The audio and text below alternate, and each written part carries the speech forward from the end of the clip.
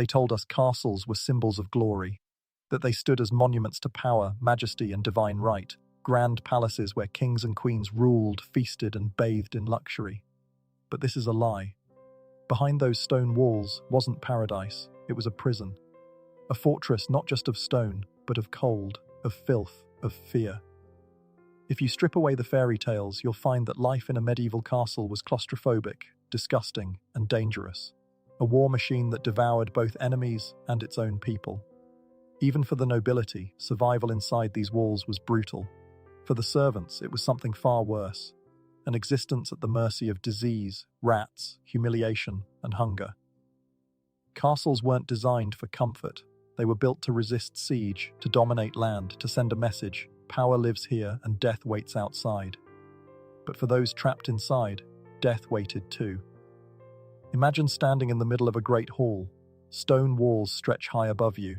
Smoke from dozens of fires clogs the air, thick and choking. The smell is a mix of mold, spoiled meat, burning grease, and human waste. You hear coughing everywhere. A child moans behind a wall. Somewhere deeper in the fortress, a prisoner screams. At the far end of the hall, a noble lord feasts on roasted venison and imported wine. His robes are silk, his hands are soft. A minstrel plays for his amusement. He raises a jeweled cup to his lips and laughs. But beneath the table, just feet away, a servant lies curled under a threadbare wool cloak. His skin is pale, his breath is shallow, he hasn't bathed in weeks. He will die by winter, and no one will remember his name. This was castle life. A rigid, brutal hierarchy of comfort for the few, and suffering for everyone else. And it wasn't just physical hardship, it was psychological degradation, baked into the very architecture. From the placement of the toilets to the layout of the chapel, everything about a castle reminded you of your place in the world, and your helplessness in it. Before we take you any deeper into this dark world, ask yourself, if you had lived in the 12th or 13th century, would you have survived life in one of these so-called fortresses of glory? Because once we're inside, there is no easy way out.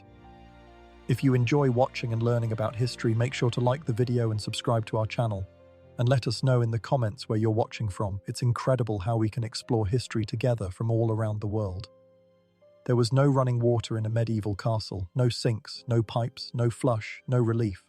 What you had instead were long wooden benches with crudely carved holes, latrines shared by everyone except the highest nobility. They were called garderobes, and they usually emptied into pits that festered just beneath the castle walls. But these weren't contained sewage systems. There were no proper drains, no sealed chambers. Human waste soaked the ground below, breeding flies, parasites, and worse. In summer, the stench would rise with the heat and cling to everything. Walls, clothing, food, skin. There was no escape. Every hallway, every stairwell, every breath reeked of rot and excrement. To relieve yourself was to surrender privacy. Servants would squat on open benches beside others, waste dropping below while they tried not to gag. There were no dividers, no stalls, and often no doors. Just a row of holes and whatever dignity you had left. For nobles, things were only slightly better. A lord or lady might have a private garderobe, perhaps with a curtain or a fur-lined seat. But the waste still dropped into the same cesspit. And if you were unlucky enough to be stationed in a poorly built tower or keep, the runoff could back up. Imagine waking up to fire,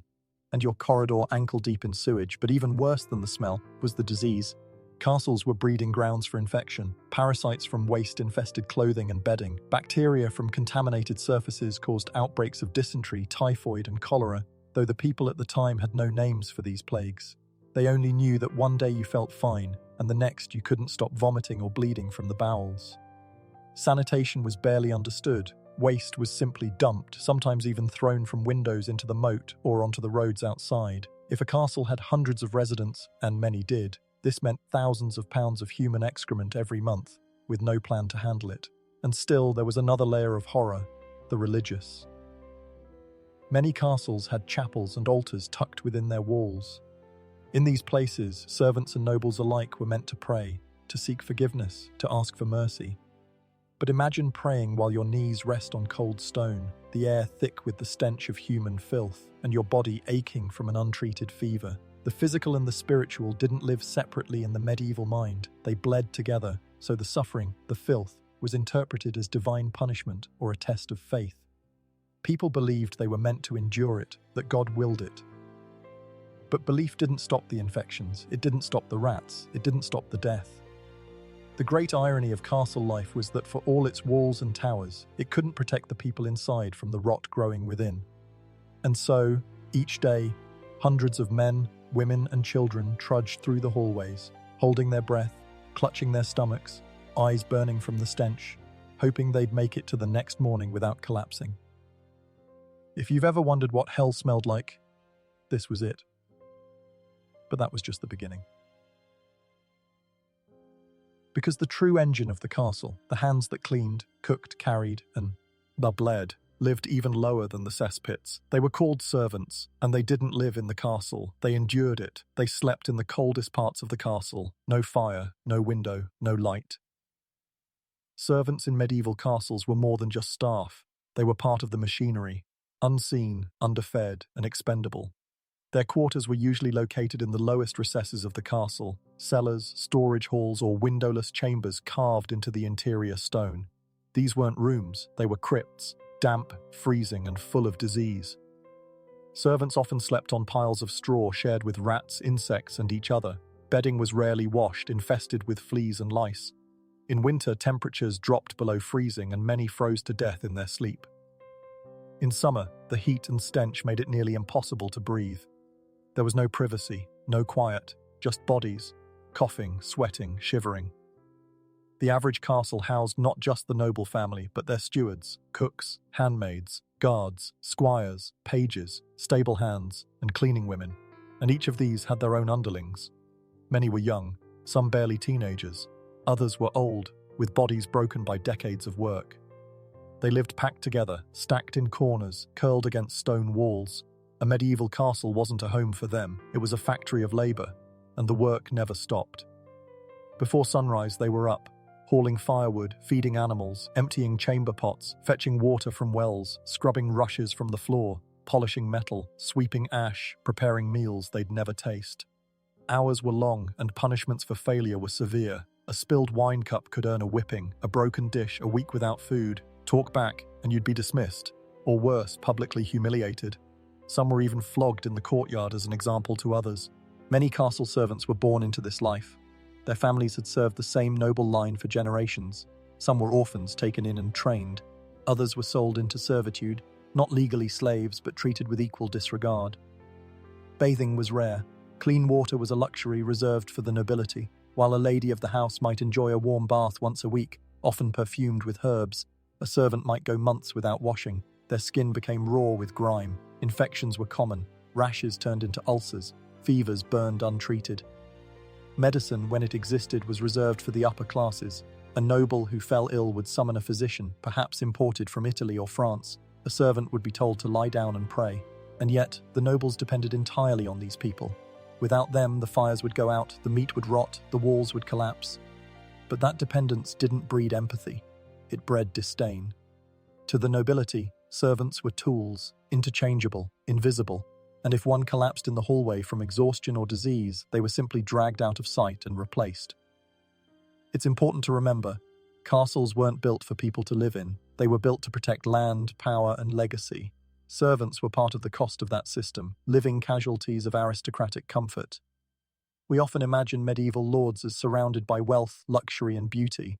But the truth is this: every meal they ate, every robe they wore, every candle they lit was paid for in human suffering.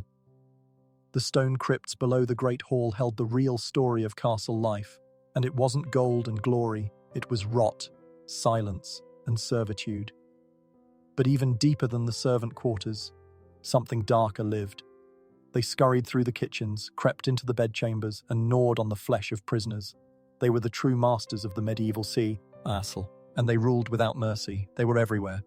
In the rafters, in the floor rushes, beneath the beds, inside the bread ovens. Rats. No matter how many walls were built, how many guards stood watch, or how many traps were laid, medieval castles were overrun by rats. And not just a few, we're talking thousands, living, breeding, gnawing, watching. They were more than pests, they were part of daily life. You could hear them scratching through the rushes at night, feel them crawl over your blankets, watch them fight in corners over scraps of spoiled meat. Castle residents learned to live with them because they had no choice. But they weren't harmless, far from it. Rats brought death. They carried fleas infected with Yersinia pestis, the bacterium responsible for the Black Death. That single disease wiped out an estimated 50% of Europe's population in the 14th century. In some cities, entire families died within days. In the countryside, fields were left untended and churches rang funeral bells non-stop for weeks. And castles, far from being safe, were perfect breeding grounds. The close quarters, the waste pits, the poor ventilation, the dense population. It was the ideal environment for plague to explode. A single infected rat could turn a noble wedding into a funeral procession by week's end. But rats didn't just bring sickness, they were also used as instruments of torture. In some castles, particularly those run by cruel or paranoid lords, rats were used to punish prisoners. One method involved tying a rat inside a metal bucket placed against a prisoner's stomach. The torturer would then heat the outside of the bucket with fire. Trapped by the heat, the rat would try to escape. The only way out was through flesh, through organs, through bone. It was excruciating and intentional. Torture in the medieval world wasn't just about pain, bisalis it wisha. As about fear, it was a message, a way to dominate not only the body, but the mind, and nothing sent that message quite like being eaten alive from the inside out. Even for those not imprisoned, the psychological toll of living with rats was enormous. Children grew up with bite marks on their legs, food had to be hidden or hung from ceilings. Bedding was constantly chewed through. You could never let your guard down, even while sleeping. Servants tried everything. Burning herbs, keeping cats, praying. But it never worked for long. Rats always came back. They were, in a twisted way, the true inheritors of the castle. No matter how many kings reigned, how many nobles died, or how many servants were replaced, the rats endured. And beneath the stone walls they multiplied. It wasn't the nobles who ruled the castle. It was hunger, it was disease, it was rot. The castle may have had a chapel, a throne room, a treasury. But its true heart was a festering pit of teeth and filth. And the people who lived there, they drank to forget. The fires never stopped burning. In the kitchens, in the hearths, in the great halls, flames were a constant presence. They provided heat, light, and the only means of cooking, but they were also a constant threat. Most early medieval kitchens were built from wood. Yes, wood. Inside castles, surrounded by hay, grease, and smoke. All it took was one ember, one spill of boiling oil, one gust of wind, and the entire kitchen could become a funeral pyre. And when a fire started, there were no fire brigades, no hoses, no alarms, just buckets, hands, screams. Servants working in castle kitchens knew the danger. They wore soot-stained aprons, their hands calloused from flames. They cooked over open fires for hours, sweating, coughing, choking on smoke. They butchered animals, stirred massive iron cauldrons, and baked bread in cavernous ovens barely tall enough to stand in. And what did they eat? Not the feasts they prepared, not the honey-glazed venison or almond-stuffed pastries Sir Sans fed to the lords and ladies. No, the cooks ate what was left, scraps, burnt crust, meat that had fallen on the floor, and they did so sitting on the cold stone away from the grand table, unseen, uninvited. Castles celebrated excess, but only for the few. The Great Hall was the stage. Meals were performances, multi-course affairs where power was displayed through abundance. Exotic spices from the east, meat carved tableside, cups overflowing with imported wines. Nobles sat according to rank. The closer to the lord, the more respect, and the better the food. At the very end of the hall, near the shadows, sat the lowest-ranking guests, if they were allowed in at all. Servants, they weren't guests. They didn't sit, they didn't speak. They stood ready, refilling cups, clearing bones, carrying trays so heavy they left permanent damage to the spine. But food wasn't the only thing flowing. Alcohol was everywhere. Ale, beer, mead, wine, spirits, even children drank, because water was often more dangerous. Wells were contaminated with waste. Streams were poisoned by runoff. In most cases, it was safer to drink weak ale than water. So people drank, constantly. Nobles drank for pleasure. Servants drank for survival. It dulled the pain, numbed the hunger, blurred the misery, and it led to violence. Castle brawls were common, among servants, among guards, even among guests. Alcohol was both medicine and madness. It kept people going, but it also broke them. Imagine a world where every day begins before dawn with cold stone under your feet, smoke in your lungs, and rats scurrying behind the shelves. A world where your only warmth comes from a fire that might kill you. Where your only comfort is a mug of ale that makes you forget the hunger clawing at your stomach. Where the food you cook isn't for you. Where the wine you pour will never touch your lips. and where no one remembers your name unless you spill something. This was the rhythm of castle life: fire, hunger, drink, repeat. But even as you burned in the kitchens or froze in the crypts, one place stood above you, quiet, sanctified, untouchable, a place where your suffering didn't matter, because in the chapel, only the powerful had a voice. In every castle there were two spaces that defined its soul: the Great Hall and the chapel. One was for power, the other for penance. But in truth they served the same purpose: control. The chapel wasn't just a place of prayer, it was a psychological theatre, a mechanism of obedience, a daily reminder that your suffering wasn't just expected, it was sacred. Castles were built with religion carved into their very foundations. Chapels were usually placed at the core, often next to the Lord's chambers, so he could hear Mass without even stepping outside. Some were simple, stone-walled sanctuaries. Others were elaborately decorated, filled with relics, stained glass, and embroidered altar cloths. But what they all shared was hierarchy, built into their very design. In the more elaborate castles, chapels had two levels. The upper tier was reserved for the nobility, the lord, his wife, and their immediate family. From there, they could literally look down on the servants and guards below. It was architectural domination. The higher you sat, the closer you were to God. The lower you knelt, the more disposable your soul. Attendance was mandatory. Servants rose before dawn to attend Mass before work. Guards rotated shifts around prayer hours. There was no excuse, not illness, not hunger, not fatigue, because refusing Mass was seen as heresy, and heresy could cost you everything. The sermons told them what they already knew: that life was suffering, that obedience was holy, that reward came after death if you endured humiliation without complaint. In that cold stone chamber, beneath flickering candlelight and the gaze of painted saints, the message was clear: you are nothing, your pain is sacred, and your silence is salvation. Religion in the castle was never separate from politics. The Lord was not just a landholder, he was a patriarch, a protector, a chosen vessel of divine order. Disobeying him wasn't just treason, it was sin.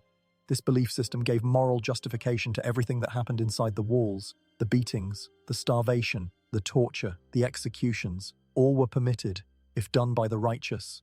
And so, while the noble family sat wrapped in fur and gold on the chapel balcony, the servants knelt below, shivering, hungry and afraid. They prayed for mercy, for warmth, for a day without pain. But the heavens stayed silent. The only answer they received came in the form of more labor, more commands, and more rules. Even sacred music was weaponized. Gregorian chants echoed through the halls, not to soothe, but to remind that God sees, that judgment waits, that this life, your life, is suffering by design. Castles used religion the same way they used stone walls and moats to keep people in line, to maintain hierarchy, to preserve legacy. It worked, for centuries. But beneath all the sermons and rituals, one truth remained buried. The chapel, like the rest of the castle, was built on rot, and nowhere was that rot more visible than underfoot, because when you pulled up the rushes covering the floor, you didn't just find dirt, you found everything. At first glance, a medieval castle could seem majestic: tapestries on the walls, roaring fires, echoes of music in the great hall, painted shields, polished armor, glowing candlelight. But peel back the surface, literally, and you'll find a very different reality, because beneath the rushes on the floor, beneath the pleasant herbs and woven mats, lay centuries of filth. Rushes were spread across castle floors as a kind of medieval carpeting. They were meant to absorb spills, provide padding, and, most importantly, hide them. They collected grease, rotting meat, spittle, excrement from animals, vomit from the drunk, blood from the injured, and every foul thing that life inside a castle could produce. When finally removed, often after months, servants described the stench as worse than death. It wasn't just waste, it was decay, mold, infection. These weren't floors, they were compost heaps. And yet above that filth, life continued. Nobles danced, guests laughed, servants cleaned, ate, and bled. This was the final truth of castle life. It was built to appear grand, while hiding the brutal cost of that illusion. Castles weren't designed for happiness, or even comfort. They were machines, engineered to protect power, enforce hierarchy, and endure siege. They did not belong to the people who lived in them. They belonged to legacy, to bloodlines, to dynasties. If a nobleman's wife died of fever in the winter, she was buried and the fires kept burning. If 20 servants collapsed from dysentery, they were replaced, and the kitchen kept cooking. If a prisoner screamed for mercy in the dungeon, the door stayed locked, and the feast above carried on. Everything was expendable, except the stone. And that stone had no compassion. It did not warm. It did not remember. It did not forgive. A castle in the Middle Ages was not a sanctuary, it was a fortress of survival, not just against invaders, but against nature, disease, and time itself. To live in one meant constant exposure to filth, to fear, to fire. Every breath was a gamble, every winter a war, every meal a reminder of your place. Most people didn't thrive. They endured, quietly, obediently, forgotten. And in the end, when their bodies failed, when they died nameless in the cold or were buried in unmarked graves, the castle remained, still cold, still silent, still hungry. We look at castle as today and marvel at their grandeur. But behind the towers and walls, behind the stained glass and stone, lived a different story. A story not of glory, but of survival. Not of kings and queens, but of the voiceless multitudes who suffered in silence to keep the illusion alive. So next time you see a castle, don't ask what battles were won within its walls. Ask who was buried beneath them. Because the truth of castle life wasn't found in its halls, it was rotting just beneath your feet.